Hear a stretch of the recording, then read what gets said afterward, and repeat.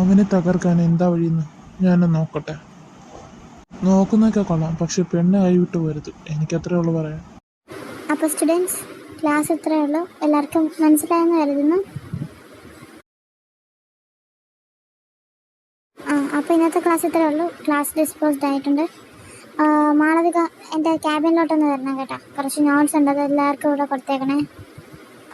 അപ്പോൾ ശരി. കാർത്തിക് ചേട്ടാ ഒന്ന് വരാമോ? എനിക്കൊന്ന് സംസാരിക്കാനായിരുന്നു. നിനക്കെന്താ സംസാരിക്കാൻ? ഞാൻ വരാം. കണ്ടില്ലേ മാളു, നിന്റെ ബെസ്റ്റ് ഫ്രണ്ടാന്ന് പറഞ്ഞിട്ട് നിന്നോടൊരു കാര്യം പോലും പറയാതെ പോകുന്നതവൻ. അല്ലേ അവർക്കൊന്ന് സംസാരിക്കാനുള്ളത്?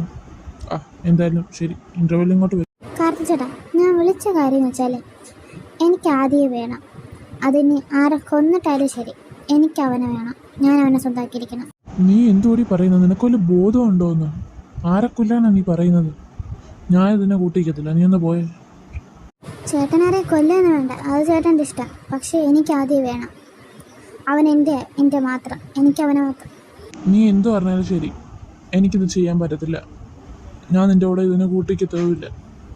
അല്ലെ ഞാൻ നിൻ്റെ ആരാ സഹായിക്കാൻ? ചേട്ടൻ എൻ്റെ കാര്യമല്ല, പക്ഷെ ചേട്ടൻ എന്നെ സഹായിച്ചേ പറ്റത്തുള്ളൂ. അതിലൂടെ ചേട്ടന് മാളുവിനെ സ്വന്തമാക്കാം, എനിക്ക് ആദ്യം സ്വന്തമാക്കാം. നീ പറയുന്നതൊന്നും എനിക്ക് മനസ്സിലാവുന്നില്ല. പക്ഷെ ഞാൻ ഇതിനെ കൂട്ടിക്കുന്നത് നീ വിചാരിക്കണ്ട, ഞാൻ സമ്മതിക്കത്തില്ല. ചേട്ടൻ ഇന്ന് കൂട്ടിക്കും.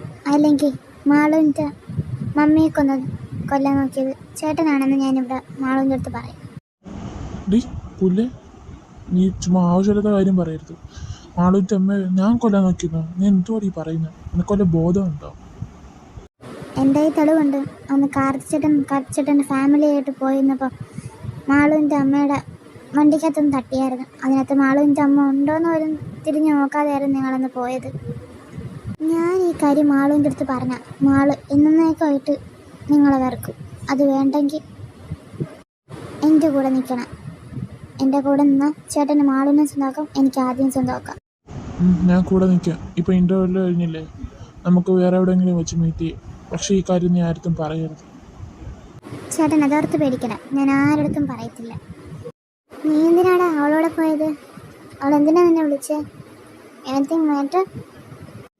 അത് വേറൊരു കാര്യത്തിനാണ് വിളിച്ചത്. അതൊരു കാര്യം ചോദിക്കാനായിരുന്നു. അത് കഴിഞ്ഞു, ഞങ്ങളത് വിടും. ഇനി ആ ഒരു ക്ലാസ്സിലല്ലോ. ഇപ്പോൾ ചിലർക്കൊക്കെ പുതിയ ഫ്രണ്ട്സിനെ കിട്ടിയോണ്ട് നമ്മളൊന്നും വേണ്ട. അതുകൊണ്ട് ഞാനൊന്ന് ഒഴിഞ്ഞു വന്നേക്കാം.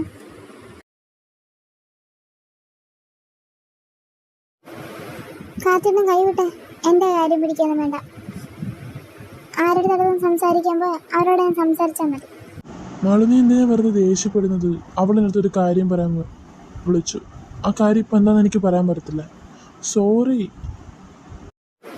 ഇറ്റ്സ് ഓക്കെ, പൊയ്ക്കോ. എനിക്കിവിടെ കുറച്ച് ജോലിയുണ്ട്.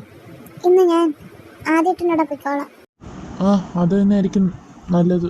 എനിക്ക് എന്തായാലും നിന്നെയൊന്നും കൊണ്ടുപോകാൻ പറ്റത്തില്ല. കാരണം അവൾക്ക് വേറെ എന്തോ ഒരു കാര്യം കൂടെ പറയണമെന്ന് പറഞ്ഞിട്ടുണ്ടായിരുന്നു. അവളടുത്തെന്തോ ഇത്രയും കാര്യം പറയാനെന്തോ? നിങ്ങളെന്തോ രണ്ടുപേരും കൂടെ എല്ലാം ഒപ്പിക്കുന്നുണ്ടോ? എന്തായാലും എനിക്കെല്ലാം മനസ്സിലാവുന്നുണ്ട്. മാളു വാ, നമുക്ക് പോവാം. അപ്പം പോട്ടെ കാർത്തികേ. ഇവക്ക് ഇന്ന് ഞാൻ മതി എന്ന് പറഞ്ഞു. വേണമെങ്കിൽ ഇന്നത്തേക്ക് നീ കൊണ്ടുപോയിക്കോ.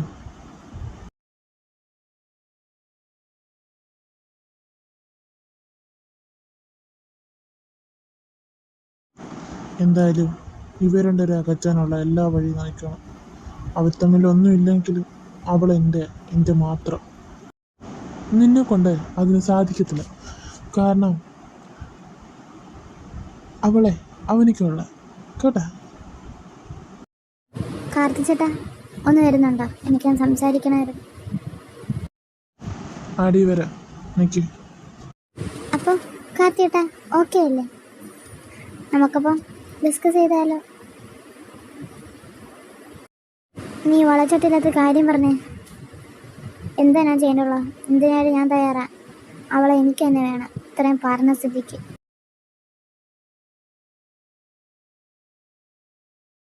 ഞാനും ഉണ്ടാവും നിങ്ങളോട്. പക്ഷെ അതിലൂടെ എനിക്കൊരു ബെനിഫിറ്റ് ആണ്. മാളുവിൻ്റെ ചെയർമാൻ സ്ഥാനം എനിക്ക് തരണം. പറ്റുമോ നമുക്ക് രണ്ടുപേർക്കും? കാർത്തി സമ്മതിക്കുന്നതാണ്, പക്ഷേ എനിക്ക് സമ്മതം.